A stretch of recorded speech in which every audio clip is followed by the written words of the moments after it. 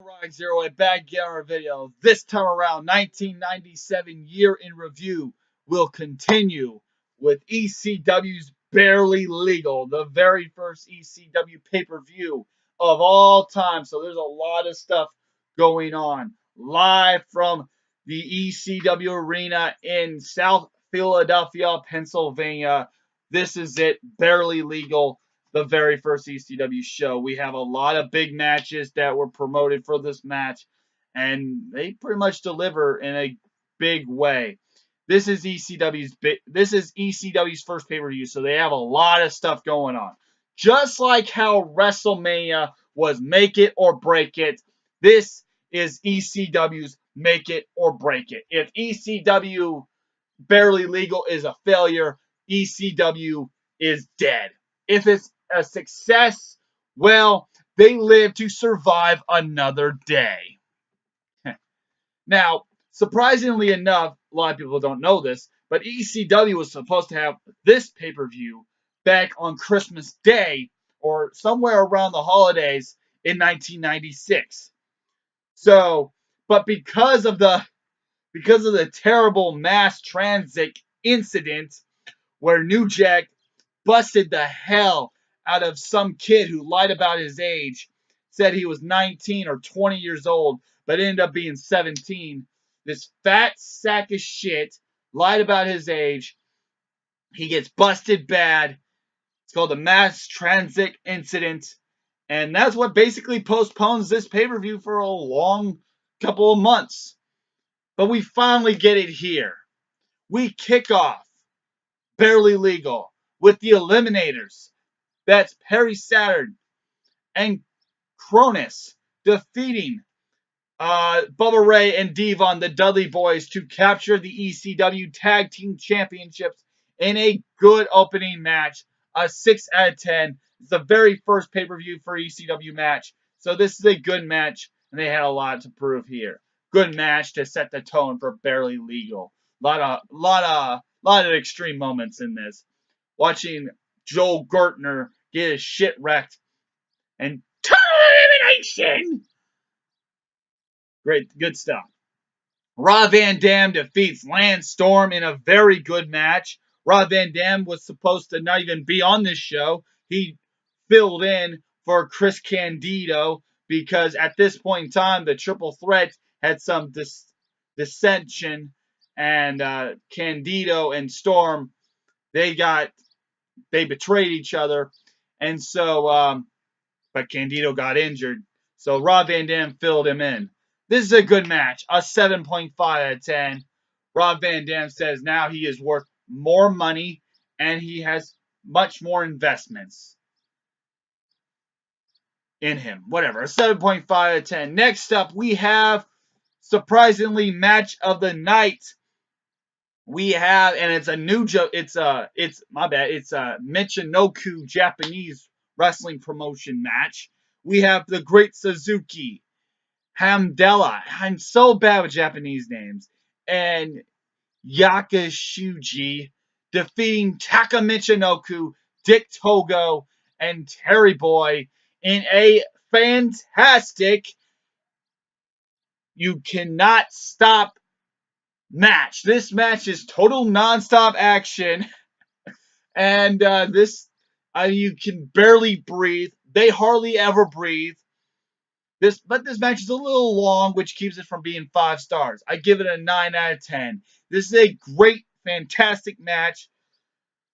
However, the problem with this type of match is they're so fast and they're so quick. They're doing so many phenomenal moves that you cannot catch a breath.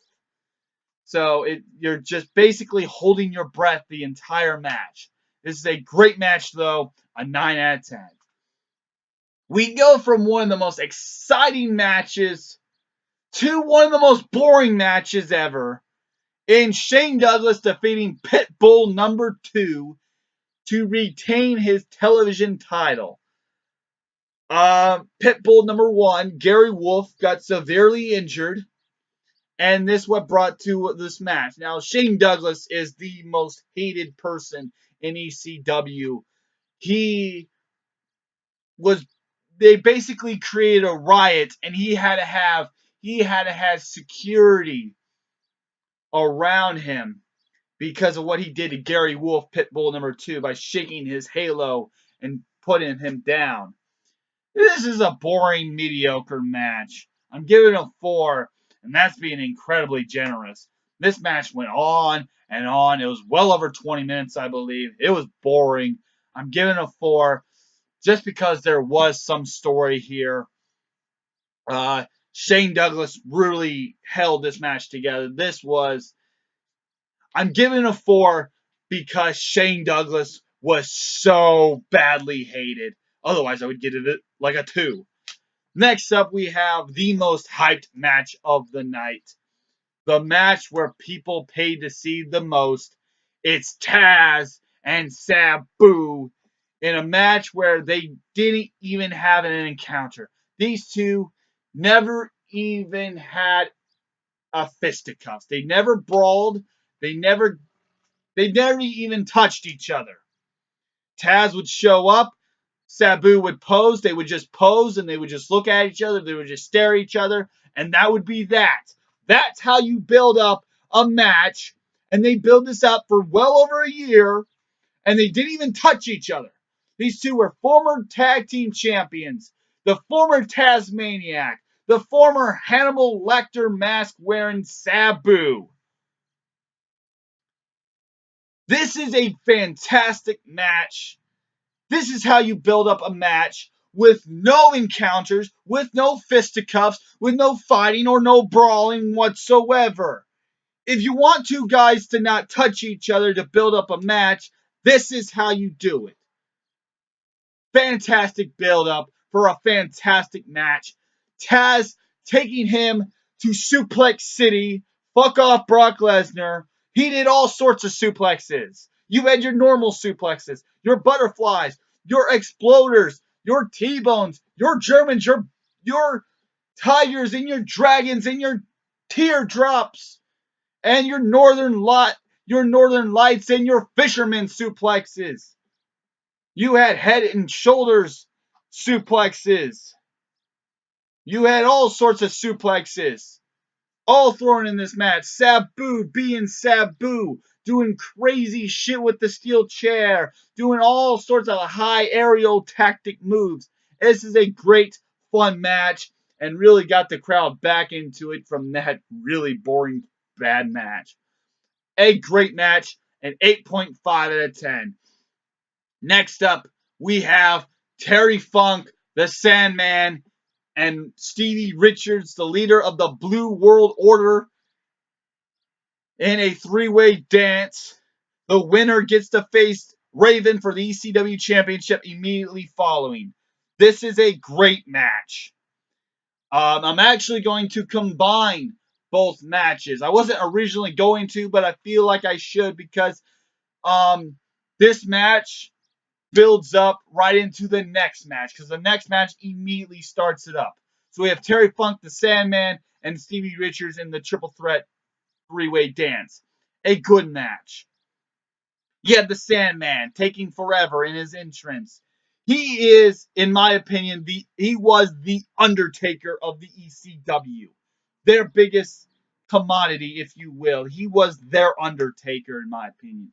Stevie Richards with his hot selling, huge ass Blue World Order shit, which is so fucking awesome. They even have their own Dennis Rodman.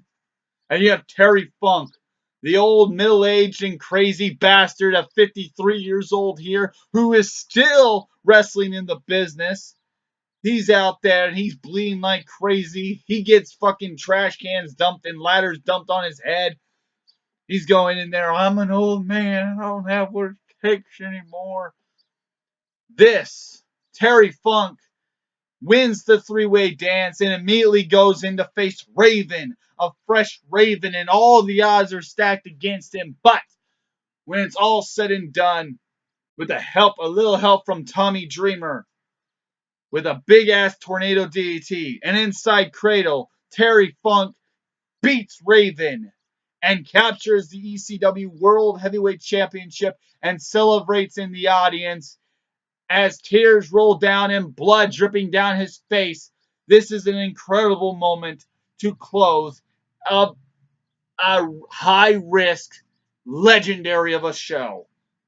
This is one of the greatest shows in the history of wrestling. The Terry Funk Sandman, Stevie Richards, and then going right into Raven match, all gets a 7 out of 10, a +5 for Terry Funk's victory. Overall, ECW's Barely Legal 1997, the very first pay-per-view of ECW, gets an 8 out of 10. An 8 out of 10. It's a fantastic match, a fantastic show. One of the greatest pay-per-views of all time. One of the greatest pay-per-views of all time.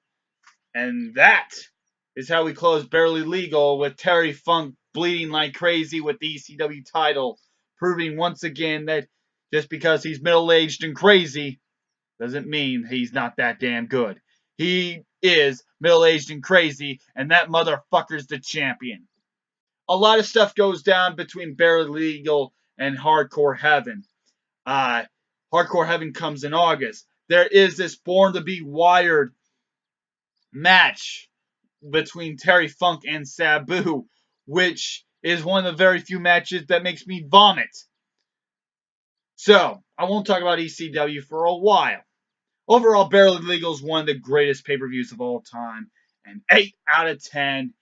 And I'll catch you next time for WWF's In Your House, Revenge of the Taker. For WCW, it will be Slamboree. And I won't talk about ECW until August of that year, which would be Hardcore Heaven. Goodbye. See ya.